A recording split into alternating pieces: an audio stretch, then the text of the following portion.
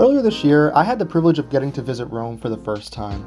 And in my video on that, I talked about my experience with the Eternal City and how its ancient history is integrated seamlessly into its many beautiful neighborhoods.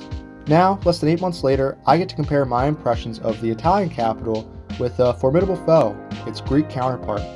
And after spending 5 days in each city, I've realized that these two are a lot more different than I would have expected from each other.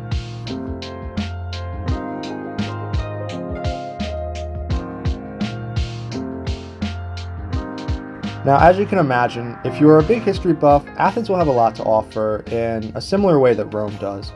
The historical significance of the city warrants its own video. It is littered with ancient monuments.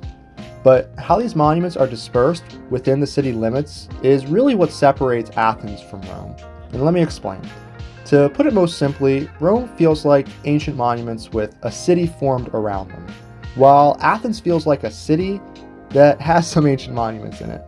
And I know this might sound redundant, but what this really comes down to is what the identities of these cities are rooted in. For Rome, it's the spectacle of how intact and monumental these ruins are and how the city has grown with them. They are integrated into the city's layout, and any neighborhood can have ruins that would put your home country's most famous landmark to shame. But when in Athens, the historical areas feel much more segregated from where people actually, live. The ruins serve as a reminder of what is amazing about Greek culture and its history, while also being separated from the main areas of daily life and commerce.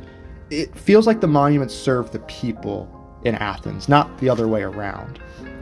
And in some ways, this is a really cool phenomenon. There are whole neighborhoods that are just completely void of any historic monuments. It's just people living their lives, buying fruits at the farmer's market, and enjoying a walk in the lovely Mediterranean weather. It's as if there's nothing really that special about the city.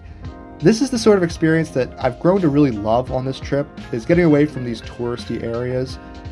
It's a lot easier to do that in Athens than it is to do the same exercise in Rome, in my opinion, based on my experiences.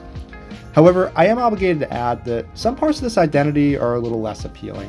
A good example of that is the main museum of the Acropolis is actually built on top of some pretty breathtaking ruins. This does not necessarily take away from the experience, but it does monopolize the area a bit in a way that feels kind of stingy compared to how open and available most of the ruins in Rome are for viewing. Hell, even the Colosseum is completely free to walk up to. Can't say the same about the Parthenon, that's for sure. The other monuments in Athens are, well, not super enticing compared to those in Rome, except the Agora, of course, which I would argue is cooler than the Parthenon. Regardless, there are things I love about Athens, and of course there are things that I could leave behind. And when sizing it up against Rome, pound for pound, I think I enjoy the experience of seeing Rome for the first time a bit more. But the authenticity and rawness of the city, its streets, and its people just calls me back to Athens more immediately. Being there felt like being at home in a way that really only Rabat and Ljubljana felt like on this trip. But I don't think I would visit Athens if I was only interested in its historical monuments.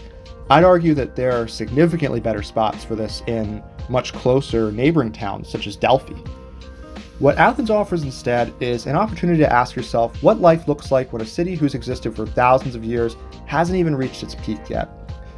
Athens does not make its history its main identity because it is instead looking at the future. It is strategically placed to continue its growth as a major economic hub. From what I saw, Athens has a lot to offer and really has become one of the quintessential gateways to the European continent. So if you think you'll love Athens for the same reasons you loved Rome, maybe open yourself up to a different experience when going. The Greek capital might just surprise you.